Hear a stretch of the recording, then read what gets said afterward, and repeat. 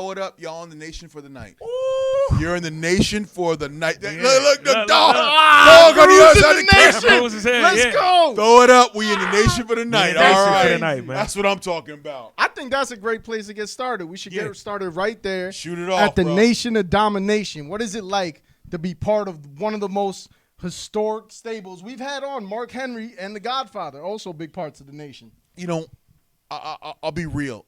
We had no clue what the Nation was when we were in it. In terms of, we knew we were a few guys getting together having fun. We didn't know the cultural aspect of what the Nation was going to create, and what it would push.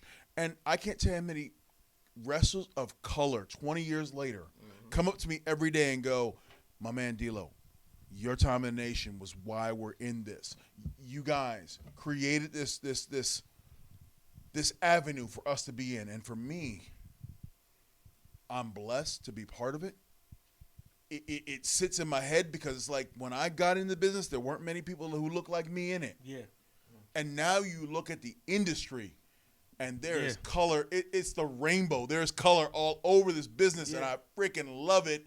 And you can all trace it all back to the Nation. For sure. My question to you is, when you guys started this, because I remember asking Godfather, I was like, did you think the impact would be, because it was bigger than wrestling. Mm-hmm. At that time period, you know what I mean, it was a lot of people that was like, wow, they're actually not only just wrestling, but the message that they're sending is taking a stand for something. Did you guys foresee that when you started it, or was it just going with the... We were going with the flow, dog, and it was like we were just out there having fun, but then you look back on it 20 years later, and you're like, man, the cultural impact we had on this industry. People at home were sitting at home going, there's someone who looks like me in a wrestling ring who's winning, and they're not just being a thug or a gangster. They're actually real wrestling superstars, and I could be that. Yeah. And that, to me, when I hear those stories now, it's like, holy hell, we were trailblazers and trendsetters in a time when it wasn't acceptable to be that. And we laid down a pathway for wrestlers of color. And I'm not talking about black or anything. I'm talking about all wrestlers of color, because someone like you was on TV out there doing the thing. Right. And, you know, someone else we've interviewed here on the Attitude Era podcast who was in the Nation, Savio Vega. Mm-hmm. And something he brought up is that he kind of got, not negative backlash, but he said Nation kind of got threats for a little, like people in like a whole political thing. Like, what was that like? It was something because, you know, whenever you're the first of something, you're gonna get beat on, you're gonna get hit on, you're gonna get threatened, you're gonna get called out, and all we did was stay the course. And then at the end of the day, the Nation became bigger than all those idiots out there who wanted to call us out. Became bigger than all those idiots who wanted to push us down. And if you look at the Nation, don't look at the Nation as itself. Look at how everyone in the Nation became bigger after the Nation was over. Rock, biggest freaking person in fucking all of Hollywood, pardon my French. Ron Simmons goes on to win World Tag Team Championships. Mark Henry becomes World Heavyweight Champion. Godfather goes on to become the fucking Godfather. And then me, I get to have some fun and go out there and do some stuff. So, to me, the Nation is important, but the Nation was a launching pad for every one of us that was in it and made us all bigger and better. And for that, I'm eternally grateful. Similar response to Mark Henry, by the way, before we go, because we interviewed him as well, and he said the same thing. Yeah, it's important to know what it was and what it became and what it did for us. Now, also, right, because not only was the Nation, you know what I mean, one of the greatest stables that was made in the WWE, but your character was signature, and one of the main things with your character was the head shake. What's the origin of the head shake? Was that because a lot of times now that we're hearing this as kids, you know, we thinking everything is intentional. But as we talk to, you know what I mean, some of our favorite stars now, they tell us like a lot of things happen unintentional, and then it just sparked. Well, and I'll lend right into that. It was unintentional. So back in my day, when DVDs first started coming out, you'd run around with you'd have in your travel bag a sleeve of DVDs, your favorite movies, right? And you had your little DVD player. So this is literally the story. Rocky and I, one night, we just finished a show. We drive back to our hotel, can't go to sleep.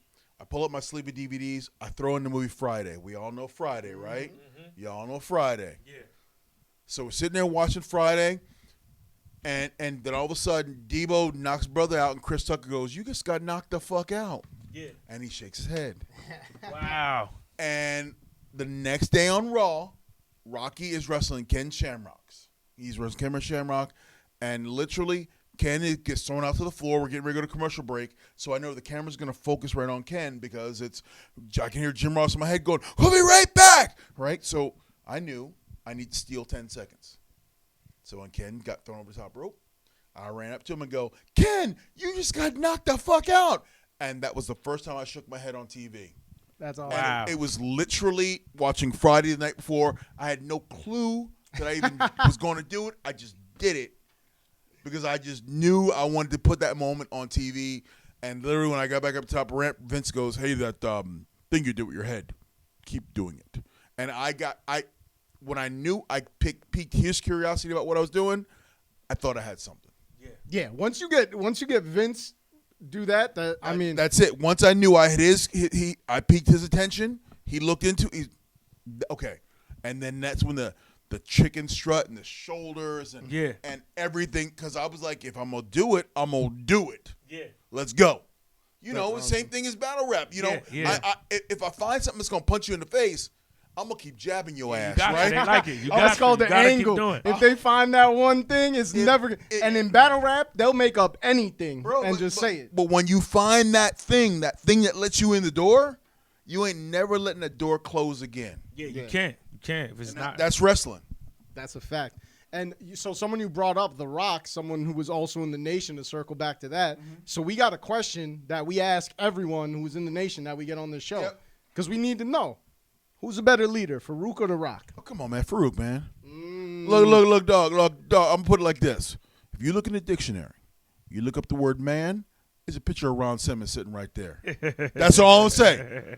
That's my dad. There's a picture of Ron Simmons in the dictionary next to man because that sumbitch is the dad I always wanted in my life. I'll leave it at that. Is that the reason he kicked out everyone but you? You know, he love a brother. You know, what can I say? He love a brother. I'm like his son. I see. So, do you have a favorite Nation moment? Probably when Ron kicked everybody out but me. That was a great